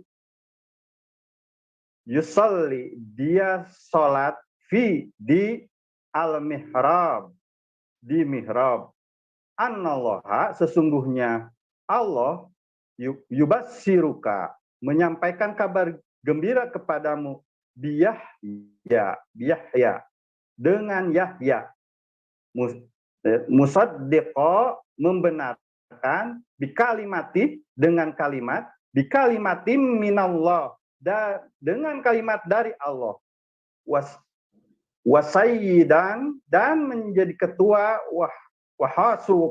wahasura, dan menahan diri, wanabiyya, dan seorang nabi, dari minas salihin, dari orang-orang yang soleh. Jadi dengan Yahya. Iya. Ya, oke. Bagaimana itu lalu dipahami oleh malaikat Zakaria? memanggilkan, ya, Kalau saya sudah confirm Bang dari awal, karena Al-Quran itu bukan Oke, gini aja pertanyaan. Apakah Yahya di situ kenal? seperti yang Oke, apakah Zakaria dinyatakan. di situ kenal Yahya? Zakaria di situ kenal Yahya enggak? Nah, ini balik lagi. Nanti saya terangkan ya, begitu. Ini sangat confirm ketika Dari mana Zakaria malaikat kenal datang Yahya? kepada Karena Zakaria. Yahya belum ada loh. Yahya belum ada, belum lahir. Dari mana Zakaria kenal Yahya? Yahya itu siapa? Yahya Kan dikatakan sudah diterangkan kan dikatakan malaikat, begini. gitu. Enggak loh, enggak diterangkan loh. Dikatakan gini. Saya gembirakan kamu dengan Yahya, ya kan? Kata-katanya kan begitu. Pertanyaannya, Zakaria di sini pada saat itu dia tahu nggak Yahya terangkan, Bang. Yahya itu orang santai aja. Udah ada di dunia apa atau belum? Saya terangkan aja. Silakan. Jadi malaikat memanggilnya ketika dia berdiri melaksanakan sholat di mihrab. Allah menyampaikan kabar gembira. Apa yang disampaikan oleh malaikat? Kabar gembira dari siapa? Dari Allah. Kan begitu. Kepadamu, kepada siapa? Zakaria. Dengan Yahya, dengan kelahiran putranya Yahya yang membenarkan kalimat dari Allah. Berarti sebagai istilahnya seorang nabi, menjadi anutan, menahan diri. Jadi seorang Yahya itu dikenal sebagai panutan, seorang yang bersabar, menahan diri dari hawa nafsu, dan dia akan menjadi seorang nabi di antara orang-orang soleh. Artinya, apakah Zakaria kenal Yahya yang sangat confirm ketika saya menyatakan Al-Quran adalah dari mana satu Zakaria kitab. tahu kalau Yahya itu anaknya? Nah, ini sebetulnya indikasi Bang Edis itu mirip sekali dengan sifat-sifat perilaku bangsa Bani Yahudi di masa Musa, Bang. Mereka selalu bertanya, berselisih tentang apa yang diterangkan Bang Don, kepada mereka. Sudah ada dalam Injil, sepertinya. Karena kisah ini nih saya kasih contoh ya. Dalam Quran surat Al-Baqarah, dan ingatlah ketika Musa berkata kepada kaumnya, sesungguhnya Allah menyuruh kamu menyembelih seekor sapi betina. Mereka berkata, apakah kamu hendak menjadikan kami buah ejekan? Musa menjawab, aku berlindung kepada Allah agar tidak menjadi salah satu dari orang-orang yang jahil. Lalu bertanya lagi, mereka menjawab, mohonkanlah kepada Tuhanmu kami agar kami menerangkan kepada kami. Nah ini, kalau di sini keterangan seterang-terangnya, sejelas-jelasnya. Sapi betina, apakah itu? Musa menjawab, sebentar saya menerangkan ya. Sesungguhnya Allah berfirman bahwa sapi betina itu adalah sapi betina yang tidak tua dan tidak muda pertengahan di antara itu. Maka kerjakanlah apa yang diperintahkan kepadamu. Tetapi bertanya lagi, orang-orang Yahudi itu, Bani Israel itu, mereka berkata, mohonkanlah kepada Tuhanmu agar agar dia menerangkan kepada kami apa warnanya. Musa menjawab, sesungguhnya Allah berfirman bahwa sapi betina itu adalah sapi betina yang kuning tua, warnanya lagi menyenangkan orang-orang yang memandangnya. Tidak selesai sampai situ. Mohonkanlah kepada Tuhanmu agar agar dia menerangkan kepada kami bagaimana hakikat sapi betina itu. Mirip, Bang. Jadi istilahnya pertanyaan-pertanyaan model Bang Edis itu ada bedanya, Bang. Ada bedanya. Udah diterangkan dalam Al-Quran dan itu menjadi hikmah bagi kita. Bentar. Kita itu gini, Bang. Bedanya gini, sangat fix dan clear. Tapi masalahnya didikte oleh wahyu Allah, tidak mendikte wahyu Allah. Kisah Zakaria yang di Quran ini, masalahnya Injil yang sudah ada diterangkan dalam Al-Quran. Yang 700 sebelumnya itu sudah menjelaskan juga, Bang. Masalahnya di sini. Menjelaskan hikmah. Apa yang lebih penting dari keterangan bahwa di dalam Injil kan itu sudah diceritakan. Tuhan mendapatkan anak yang akan bernama Yahya dan dia akan menjadi seorang nabi yang soleh dan menjadi panutan begitu. Bahwa apa malaikat yang lebih datang penting kepada dari Zakaria informasi seperti itu, dan itu adalah hikmah. Panjang lebar. Nah, datang Quran yang 700 tahun kemudian datang menceritakan kisah yang mirip. Nah, permasalahannya Al-Quran menceritakan sesuatu. Gini, Bang, pertanyaannya, apakah Zakaria dalam Quran itu pernah dengar kisah Zakaria yang dalam Injil, Bang? Udah? Apakah Zakaria yang dalam Quran pernah dengar kisah Zakaria yang dalam Injil? Sudah saya kata, udah ya. Sudah saya katakan, Al-Quran itu sangat confirm dari surat Al-Fatihah sampai Anas itu ada wahyu Allah. Dan 5 kriteria ini tidak ada menyatakan bahwa Al-Quran sesungguhnya akan menerangkan sejelas-jelasnya biografi siapakah Yahya, siapakah Zakaria, begitu. Dan bagaimana itu pensisilahannya seperti apa. Tidak. Kita akan mendapatkan satu hikmah tentang pelajaran orang-orang nabi-nabi dan umat-umat sebelumnya itu untuk kita ambil pelajaran hikmahnya. Oh, ada zaman dulu itu, ada orang yang bertanya-tanya, bertele-tele seperti itu. Nah, ini cirinya mirip sama Bang Edis gitu loh. Bagaimana mungkin, Bang, Zakaria yang di Quran ini kenal Yahya, sementara Yahya itu belum ada loh, Bang, belum lahir. Ya kan itu diterangkannya oleh malaikat. Dan itu adalah wahyu Allah. Bagaimana bisa? Oke, dari mana dia tahu kalau itu anak dia? Sekarang dicari saja. Apakah Zakaria? Ini Bang, dari mana Zakaria tahu bahwa Yahya itu anak dia? Dari mana? Bentar, apakah Zakaria itu berbantah-bantahan? Tidak juga dalam Al-Quran. Dalam Bible pun tidak. Begitu. Gitu, Bang Don, Abang Don yang sangat saya hormati. Gini Bang ya. Zakaria itu kan mendengar bahwa dia akan digembirakan dengan Yahya. Ya kan? Halo? Iya. Oke, digembirakan dengan Yahya. Pertanyaannya, ya pada saat dia ngomong gitu, Yahya itu udah ada belum di bawah kolong langit? Kan baru kabar, Bang. Iya, oke. Pertanyaannya, nah justru itu. Dari mana Zakaria tahu kalau Yahya itu anak dia? Padahal nggak dia omong bahwa dia itu akan melahirkan loh, akan mengandung punya anak Yahya, nggak ada. Coba tunjukin sama saya Bang, di mana ada kalimat bahwa engkau akan punya anak bernama Yahya di mana? Ya, ini kan Abang saya kira benar. Saya bacakan Bang ya. Al-Quran begitu loh. Kan saya sudah sangat jelas dan confirm. Menyampaikan kabar gembira kepadamu dengan Yahya yang membenarkan sebuah kalimat dari Allah, panutan, berkemampuan menahan diri, dan seorang nabi di antara orang-orang soleh. Pertanyaannya, dari mana Zakaria tahu bahwa Yahya yang diomongin diceritain ini tadi itu anak dia? Dari mana dia tahu? Padahal nggak pernah diomong sama dia bahwa itu anak dia. Coba Bang, tunjukkan kalimat bahwa malaikat ngomong kalau Yahya itu anak dia. Tunjukkan di mana? Begini Bang, kan kalau saya cari pun dan saya coba jawab pertanyaan Abang sejelas-jelasnya begitu loh. Itu kan tidak membantu sedikit pun ketika saya tetap mengimani Al-Quran itu selesai. Tetapi saya sudah menjelaskan sejak awal Al-Quran itu petunjuk hudalinas begitu loh, untuk seluruh manusia justru, dan petunjuk untuk sesuatu hal-hal yang gaib. Ini ada diceritakan dari Ali Imran 39 bahwa Zakaria itu akan mendapatkan seorang anak melalui kabar gembira yang disampaikan oleh seorang malaikat, dan itu adalah wahyu Allah. Itu clear gitu loh. Gimana? Kang Edi suaranya kecil. Tunjukkan kepada saya bahwa Zakaria di situ disebutkan akan punya anak bernama Yahya. Di mana? Ya ini di Ali Imran 39 ini Bang. Saya bacakan ya Bang, saya bacakan. Kemudian malaikat tadi saya juga bacakan. Saya sudah bacakan Bang. Oke, di mana? Kalimat mana Bang bahwa dia punya anak? Anallaha yubassiruka bi Yahya. Menggembirakan. Sesungguhnya Allah menyampaikan kepada kabar gembira kepadamu. Yubassiruka. Oke, Ka'anta. Menggembirakan itu apa? Yahya. Bang, menggembirakan itu banyak loh Bang. Menggembirakan itu banyak. Coba Bang, kalau saya bilang gini, Don, akan saya gembirakan kamu. Apa artinya Abang akan punya anak? Kalau saya bilang gini, Don, saya akan gembirakan kamu. Apakah artinya itu akan punya anak?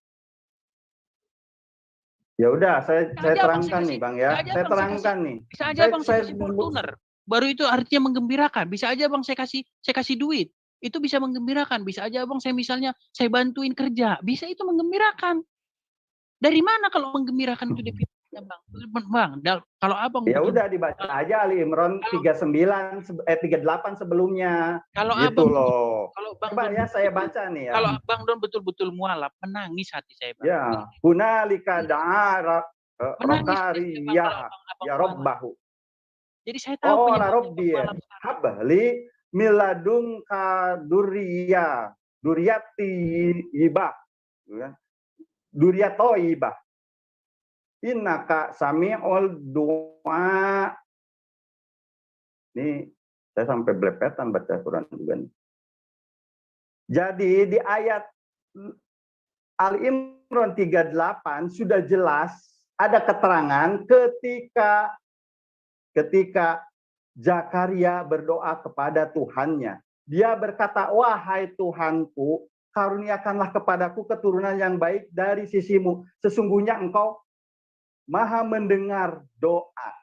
Udah jelas yang dipinta Zakaria itu siapa? Keturunan siapa? Keturunan yang baik dari siapa? Dari Allah, begitu loh. Yang berasal, yang diberikan oleh Allah.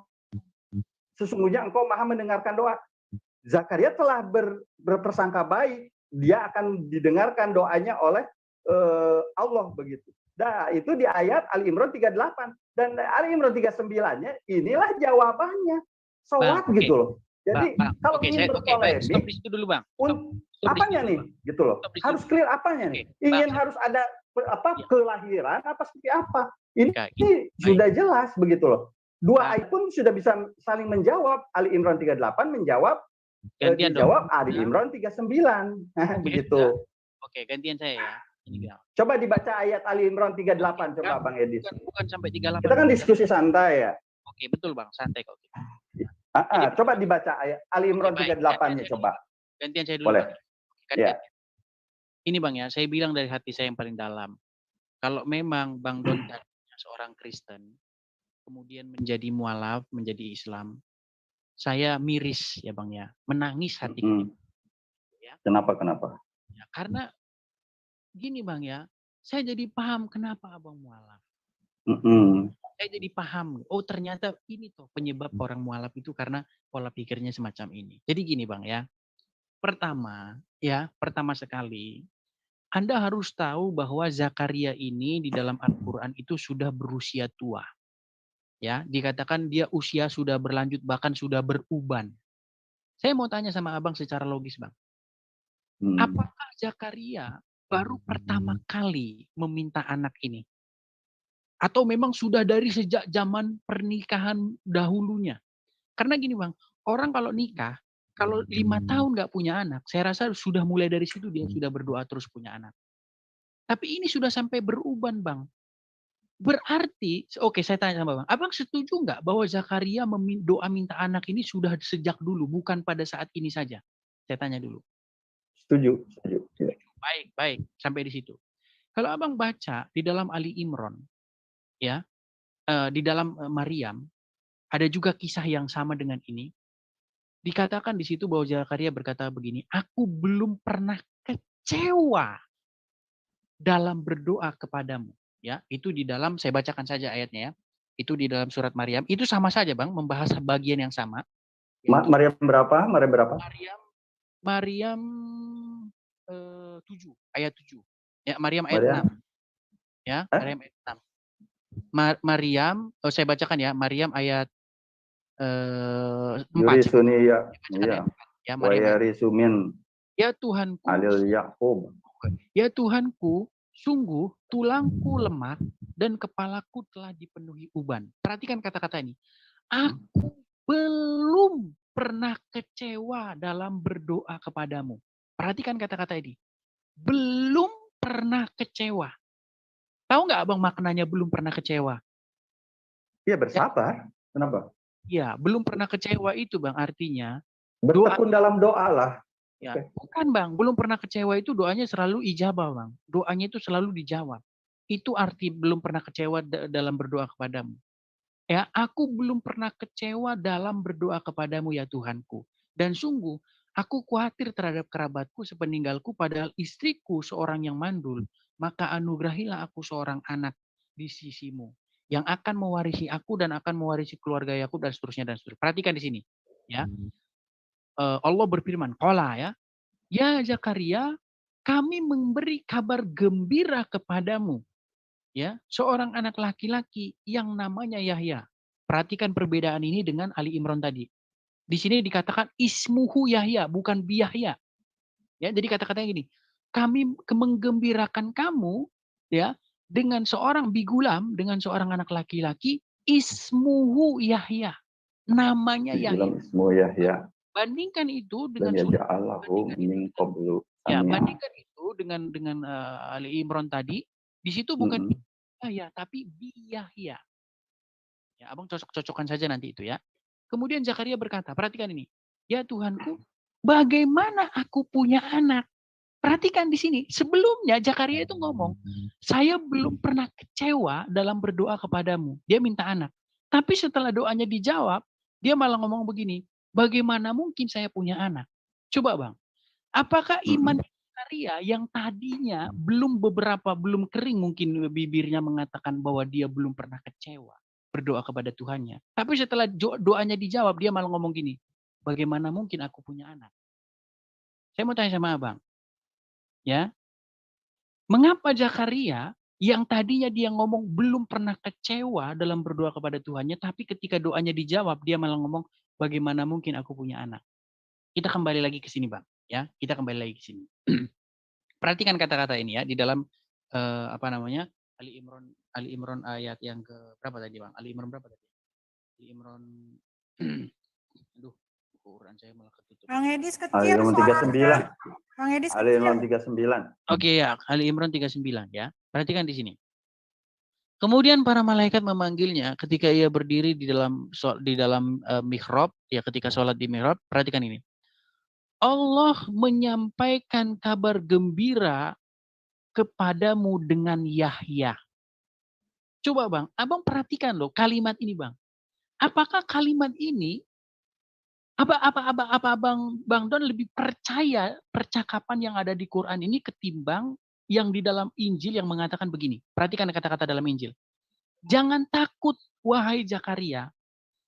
Doamu telah dikabulkan dan sesungguhnya Elizabeth istrimu akan mengandung dan akan melahirkan seorang anak laki-laki bagimu dan engkau akan menamai dia Yohanes.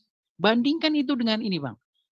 Wahai Zakaria, saya gembirakan kamu dengan Yahya yang akan membenarkan ini. Coba Bang, kira-kira Abang berpikir secara logis lah. Mana Bang dialog itu? Silakan Bang. Oke. Kalau saya sudah confirm Bang Edis ya, bahwa Al-Quran itu, balik lagi ya, kenapa Al-Quran itu adalah satu hikmah. Dan dalam keterangannya pun itu sebagai petunjuk untuk kita tuh punya ibrah apa begitu loh. Ketika kita membaca satu keterangan dalam kitab suci. Nah kan, Ali Imran 38 dijawab oleh Ali Imran 39 itu sudah cukup. Ketika ada keterangan Zakaria alaihissalam akan mendapatkan seorang anak yang bernama Yahya dan dia akan menjadi seorang nabi yang soleh di antara orang-orang soleh, seorang nabi di antara orang-orang soleh. Udah soleh jadi nabi lagi. Apakah itu tidak menjadi kabar gembira begitu? Nah, ketika ada keterangan yang lainnya, bagaimana aku akan mendapatkan seorang anak? Ya itu secara manusiawi, ketika Sarah pun akan mendapatkan anak, itu begitu. Bukan Bang, yang saya tanyakan bukan itu. Yang saya tanyakan begini loh Bang, logika sebuah percakapan itu loh yang saya tanyakan sama Bang. Logika sebuah percakapan, apakah percakapan yang terjadi itu yang di dalam Quran atau yang dalam Injil? Quran kalau jelas. Coba saya perbandingkan dengan begini ya, ketika saya dulu mengimani Kristenan, bahwa Yesus itu mukjizatnya menghidupkan orang mati, dan apa yang saya dapatkan dalam keterangan Bible sendiri, begitu. Dia berdoa, ya kan? Di mana ya? Di Yohanes 11. Kang Don. Kang Edis. Berkata, ya. Bapak. Kang Don, maaf saya potong Kang Don. Iya. Mana? Kang Don. Iya, gimana? Maaf saya potong. Ini Bang Edis, tolong kembali ke tema ya, Bang Edis. Jangan membahas topik gitu. Jadi ini temanya makanya saya imbangi jadi. Iya. Ya, Saya ini kita imbangi, nggak apa-apa. kita kembali ke perjanjian baru. Sebentar, Saya ini bacakan. bagian saya ya. Oke, kita Sebentar ini ya. dalam perjanjian baru saya bacakan, Bang. Ini kita bahas PB kan? Bahas PB kan? Ya. Ini Iya, sebentar ya. Saya baca ini isi Sebentar PB ya. nih.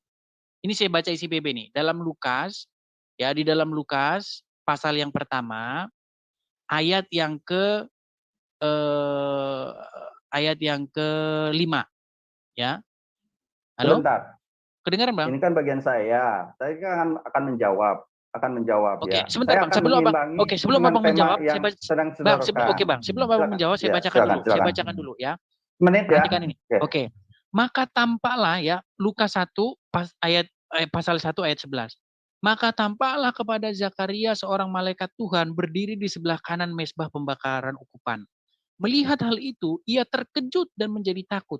Tetapi malaikat itu berkata kepadanya, "Jangan takut hai Zakaria, sebab doamu telah dikabulkan dan Elisabet, istrimu, akan melahirkan seorang anak laki-laki bagimu dan haruslah engkau menamai dia Yohanes. Engkau akan bersukacita dan bergembira dan bahkan banyak orang akan bersukacita atas kelahirannya itu. Ia akan menjadi besar di hadapan Tuhan dan ia tidak akan minum anggur, tidak akan minuman keras, dan dia akan penuh dengan Roh Kudus mulai dari rahim ibunya, dan seterusnya dan seterusnya." Nah, sekarang Bang, itu kan percakapan yang ada di dalam Injil. Nah, di dalam Quran percakapannya bukan Zakaria, doamu telah dikabulkan dan Elisabet istrimu akan mengandung dan melahirkan anak laki-laki bagimu. Enggak gitu. Percakapan dalam Quran enggak gitu. Tapi dalam Quran Jadi konklusinya apa, Bang? Konklusinya itu aneh gitu. Oke. Konklusinya begini, saya nggak berani bilang Quran aneh. Nanti besok saya ditangkap polisi. Gini, saya bilang gini, ya. Apakah Zakaria yang di dalam Al-Quran pernah mendengar kisah Zakaria yang dalam Injil, Bang? Kenapa? Karena Zakaria yang dalam Quran ini, dia seolah-olah dia tahu bahwa Yahya itu anak dia, anaknya. Padahal kalau kita baca di dalam Ali Imran 39, nggak ada Bang di sini dikatakan bahwa Zakaria itu anaknya dia. Dikatakan begini, saya gembirakan kamu dengan Yahya. Nah pertanyaannya dari mana Zakaria yang di Quran ini tahu kalau Yahya itu anak dia? Padahal Yahya itu belum lahir dan seharusnya Zakaria nggak kenal loh Bang dengan Yahya. Karena kan Yahya belum ada, belum lahir. Dari mana dia tahu kalau Yahya ini yang diomongin ini adalah anak dia? Padahal nggak diomongin. Gitu loh. Ya, kesimpulannya aneh aja begitu kan. Nangkep nggak sih? Oke. Apakah percakapan apakah ini percakapan yang masuk akal gitu loh? Oh, percakapannya nggak masuk akal berarti. Boleh. Bertanya saya Bang, saya bertanya, saya nggak menyimpulkan, saya bertanya. Apakah ini percakapan yang logis gitu loh? Benar kan? Iya, saya akan jawab pakai ayat aja ya, di surat Yunus ayat 37 sudah jelas begitu. Dan tidak mungkin Al-Quran ini dibuat-buat selain Allah. Tetapi Al-Quran membenarkan kitab-kitab sebelumnya dan menjelaskan hukum-hukum yang telah ditetapkannya. Tidak ada keraguan di dalamnya, apa yang diturunkan dari Tuhan seluruh alam. Nah itu jawabannya, artinya apa yang diterangkan oleh Al-Quran balik lagi, gitu kan? Itu hukum-hukum tentang sejarah umat-umat sebelumnya dan hikmahnya seperti apa, petunjuknya bagaimana ketika kita mengimaninya, itu sudah clear begitu. Nah, saya akan mengimbangi tema saja karena ini temanya adalah perjanjian baru, apakah itu firman Tuhan, otentifikasinya kan seperti itu. Nah, Abang gantian nih, saya akan membacakan doa ketika Yesus membangkitkan Lazarus di Yohanes 11 ayat berapa ya? Ayat 20 ayat 41. Maka mereka mengangkat batu itu, lalu Yesus menengadah ke atas dan berkata, "Bapa, aku mengucap syukur kepadamu karena engkau telah mendengarkan aku." Ayat 42-nya, "Aku tahu bahwa engkau selalu mendengarkan aku, Tetapi oleh karena banyak orang yang berdiri di sini mengelilingi aku mengatakannya, supaya mereka percaya bahwa engkaulah yang telah mengutus aku." Nanti di ayat selanjutnya, Lazarus, marilah keluar, dan bangkitlah Lazarus. begitu. Nah, saya ketika membaca ayat ini dan memperbandingkan dengan kejadian ketika Yesus berdoa di Taman Getsemani sehingga mengeluarkan keringat yang bintik-bintik keringat yang darah begitu, dan dia berdoa untuk terhindar dari cawan percobaan dari tetua-tetua Yahudi begitu, dari pengajaran mereka yang akan menyalibkannya. Ini kondisinya sama-sama berdoa. Ketika Yesus ingin membangkitkan Lazarus, dijawab, lah kenapa Yesus ketika ingin terhindar dari cawan percobaan, tidak terbebas dari persekusi si tetua-tetua Yahudi ini, apa alasannya Yesus tidak dijawab? Karena di sini sudah ada keterangannya di Yohanes 11 gitu loh, ayat 42. Aku tahu bahwa engkau selalu mendengarkan aku tetapi telah selalu mendengarkan aku. Artinya dua-dua Yesus itu didengar, Bang. Begitu. Nah, ini Abang silahkan terangkan. Abang kan ini temanya PB adalah wahyu firman Tuhan nih. Bagaimana ini? Kok kenapa dalam keterangan Bible justru Yesus yang disalibkan tidak didengar doanya? Seperti apa ini? Masa iya ketika Lazarus dibangkitkan didengar doanya, ketika Yesus meminta pertolongan untuk dirinya sendiri agar terhindar dari cawan percobaan, malah tidak didengar begitu. Nah, silakan diterangkan nih, Bang. Baik. Kalau jawaban pertama sudah jelas ya, bahwa Al-Quran itu membenarkan kitab-kitab sebelumnya begitu loh, dan sebagai penyempurna hikmah, penyempurna segala apa yang diterangkan dalam kitab-kitab sebelumnya itu udah clear ya. Oke. Saya gitu. agak sedikit menarik itu, Bang. Apa yang dimaksud membenarkan kitab-kitab sebelumnya? Karena tolong jawabnya sesuai dengan tema ya.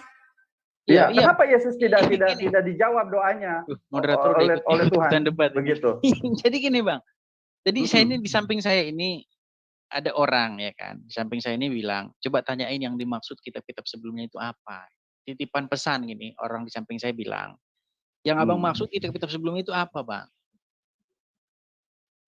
Udah jelas Taurat, Zabur, Injil. Di mana? Kalau Injil Abang mengatakan Injil, terus kenapa Abang menolak mengatakan bahwa perjanjian baru itu bukan ini?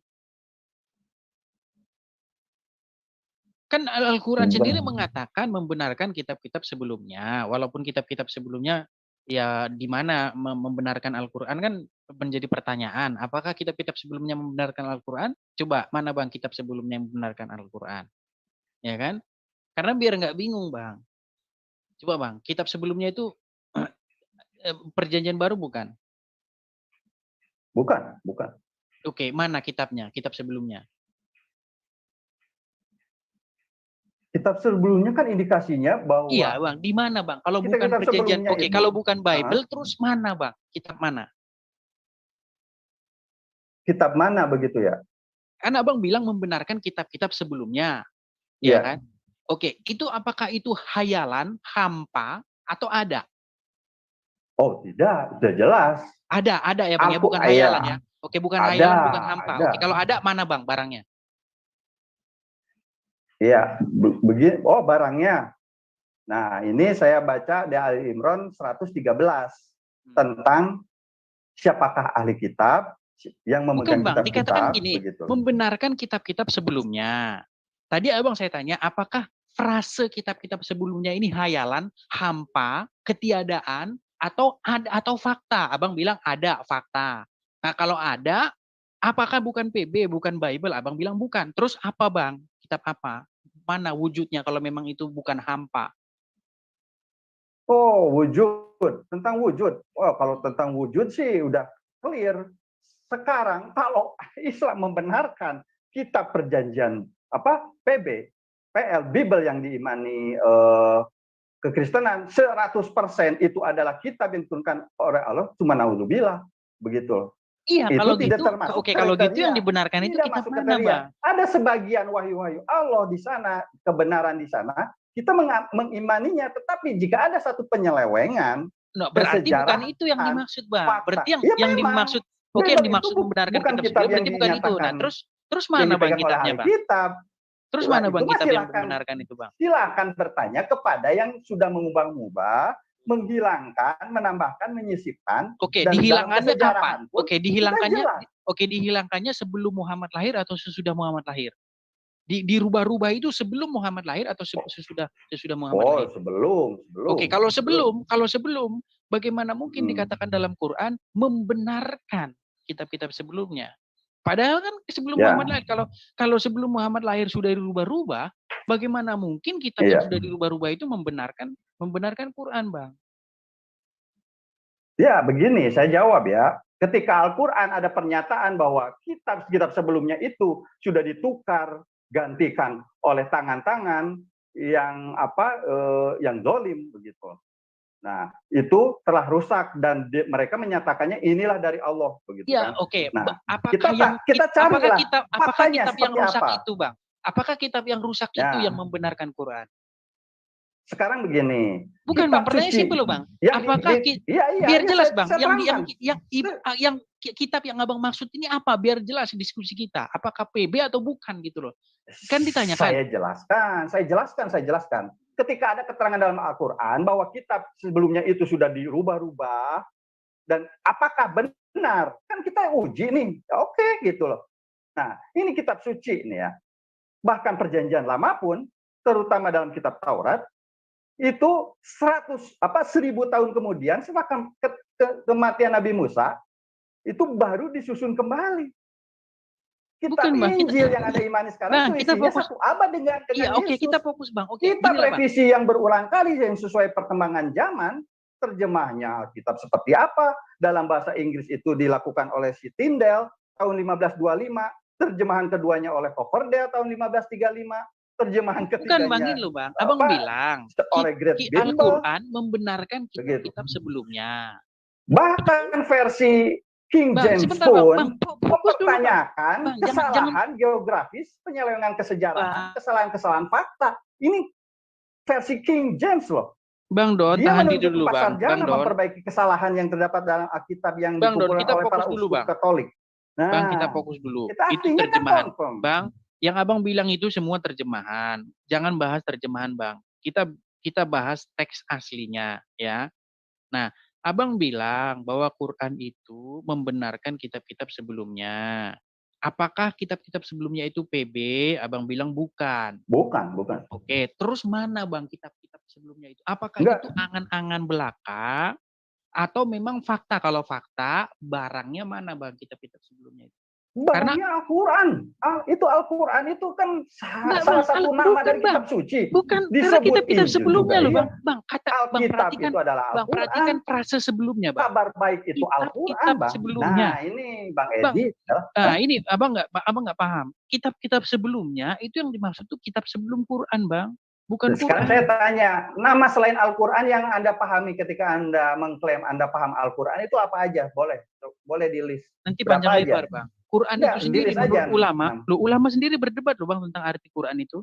Ada banyak pendapat loh. Bang Edis, sesuai ayat aja, sesuai ayat. Enggak, tolong dijawab dulu. Pertanyaannya Kang Don dijawab dulu. Jadi jangan kemana-mana. Iya, saya tuh ngikutin Anda loh, karena jangan menyimpang dari kita gitu loh.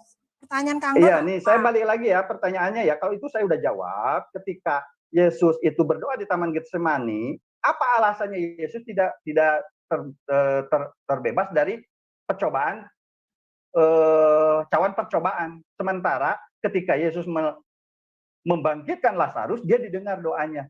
Itu gimana itu Bang? Gimana tuh? Boleh dijelaskan nggak? Wah, saya di mute terus ini sama moderator ini. Oke lah, nggak apa-apa saya jawab ya.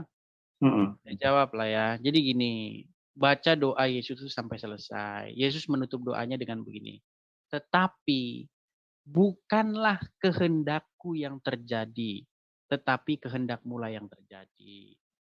Makanya yang terjadi itu kehendak Bapa. Kehendak Bapa itu apa? Ya, bahwa Yesus sampai titik terakhir, ya, taat sampai mati. Nah, justru ketika mati kemudian bangkit, Makanya Yesus mengatakan, biji gandum itu kalau tetap tidak mati, dia akan tetap satu. Tetapi kalau dia mati, dia akan menjadi banyak. Kira-kira semacam itu ininya. Jadi gini Bang ya, Abang kalau baca Bible, mohonlah jangan separuh-separuh. Saya itu sebenarnya gini Bang, dari hati saya yang paling dalam, saya itu sedih sama Abang itu jadi mualaf. Kalau memang mantan Kristen sebelumnya, saya itu Enggak, dijawab aja. saya belum menemukan alasan mendasar kenapa Bang Doni itu mualaf. Alasannya itu apa? Mungkin itu kita bisa diskusikan di lain waktu. Bang Edis, Iya, makanya. Bang Edis kalau nggak sesuai itu mah bisa sesi lain. Kalau Santai, gitu. tema saya mute ya. Keterangan. Bang Edis kalau nggak sesuai tema nanti saya mute lagi. Oke, udah saya jawab. Silakan pertanyaan yang lain. Sudah saya jawab. Topik, kembali ke topik. Berarti konklusinya, kesimpulannya Yesus tidak dijawab doanya ketika di Taman Getsemani. Bukan sudah dijawab, kan sudah dikatakan. Bukan kehendakku yang terjadi, tetapi kehendakmu. Iya, kehendak Yesus sampai berdoa dekat ketakutan, gini Bang. sampai mengeluarkan titik darah itu. Oke, gini Bang. Itu indikasinya Yesus ingin disalib apa ingin terbebas dari cawan percobaan? Kita pakai logika yang paling pendek aja sebetulnya, Yesus Bang. ingin kehendak Bapa yang terjadi. Kalau ingin mah berarti nggak usah kabur ke Taman Getsemani, menyerahkan diri aja ke tua-tua Yahudi, Bang. Kan itu analogi yang paling sederhana. Abang tahu nggak lokasi Taman Getsemani itu di luar kota Yerusalem? Dan itu sangat dekat dengan Bukit Zaitun. Itu lereng kaki Bukit Zaitun. Indikasinya setiap orang yang ingin melarikan diri, dia keluar kota dan melarikan diri ke hutan. Ini aja, Bang Don. Separatis pemberontak, gitu kan? Ini aja, Bang Don. Kalau mau menyerahkan diri mah ke tengah kota atau ke pengadilan Pilatus seperti itu. Kan ini analogi paling pendek, Bang. Ya kan? Nah, makanya Abang Don tidak membaca cerita atau kisah itu secara utuh. Jadi kalau Abang baca di bagian Lazarus, membangkitkan Lazarus itu ada perkataan begini. Saya bacakan saja ya. Sebentar saya bukakan ayatnya. Sabar. Yeah. Sabar ya. Tapi sebetulnya tidak dijawab ini sebenarnya doa Yesus. Ini mesti jawab.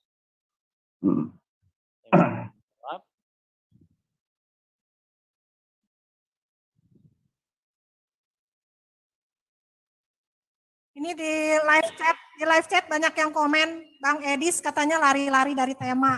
Tolong sesuai dengan tema ya. Oke, saya bacakan ya. Jadi saya ngikutin. Saya bacakan Yohanes pasal 11. Oke, saya bacakan Yohanes pasal 11 ayat ke-8. Saya baca Yohanes pasal 11 ayat ke-8. Perhatikan ya. Nih. Murid-murid itu berkata kepadanya, "Rabi." Oh, ini saya bacakan dari awal saja ya. Saya bacakan ini. Namun setelah didengarnya bahwa Lazarus sakit, ia sengaja tinggal 2 hari lagi di tempat di mana ia berada. Tetapi sesudah itu ia berkata kepada murid-muridnya, perhatikan ini Bang, marilah kita kembali lagi ke Yudea. Perhatikan ini. Abang tahu kan tadi bilang, Yesus kok kabur, kata Abang kan gitu. Perhatikan kata ini. Marilah kita kembali lagi ke Yudea. Murid-murid itu berkata kepadanya, Rabi, baru-baru ini orang-orang Yahudi mencoba melempari engkau. Masihkah mau engkau kembali ke sana? Ya, kalau Yesus memang mau lari, dia nggak kembali ke Yudea, dia pulang ke Galilea. Ya, makanya kalau Abang bilang kok di Bukit Zaitun, bukan. Kalau memang Yesus sejak awal ingin melarikan diri dari cawan yang harus dia minum, dia lari, pergi. Ini bukan hal yang sulit untuk melarikan diri. Tapi kan Yesus mengatakan, aku harus minum cawan ini. Cawan penderitaan ini. Makanya ditutup kata itu, bukan kehendakku yang terjadi, tetapi kehendakmu. Saya rasa sudah cukup jelas. Yang muter-muter lagi di sini. Pertanyaannya, apakah Quran punya jawaban, Bang? Kalau Quran punya jawaban, nggak apa-apa, Bang. Masalahnya Quran nggak menyebut apa-apa tentang ini loh. Halo? Ya. Oke. Itu berarti pembelaan Bang Edis ketika Yesus itu sebetulnya tidak melarikan diri, tetapi cuman keluar kota, dan itu di Taman Getsemani yang dekat lereng Bukit Zaitun. Bukan dekat, emang sudah menjadi kaki Bukit Zaitun itu. Nah, tapi Bang Edis lupa ketika sebelum keberangkatan Yesus ke Taman Getsemani, apa korelasinya ketika Yesus menyuruh murid-muridnya untuk menjual pundi-pundi, menjual jubah untuk membeli pedang. Tetapi sekarang ini siapa yang mempunyai pundi-pundi hendaklah yang membawanya.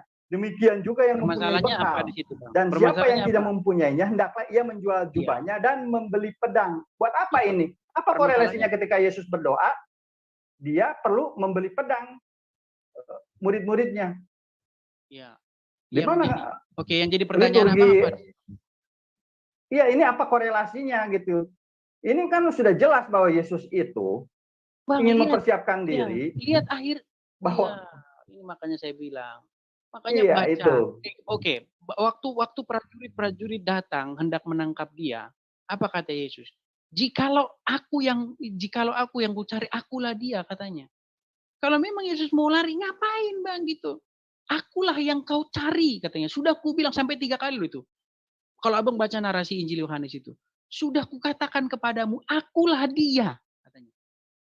Karena prajurit itu kan datang membawa obor dan pentungan, katanya. Dia bilang gini, kami mencari Yesus dari Nazaret. Akulah dia. Kemudian mereka mundur dan jatuh.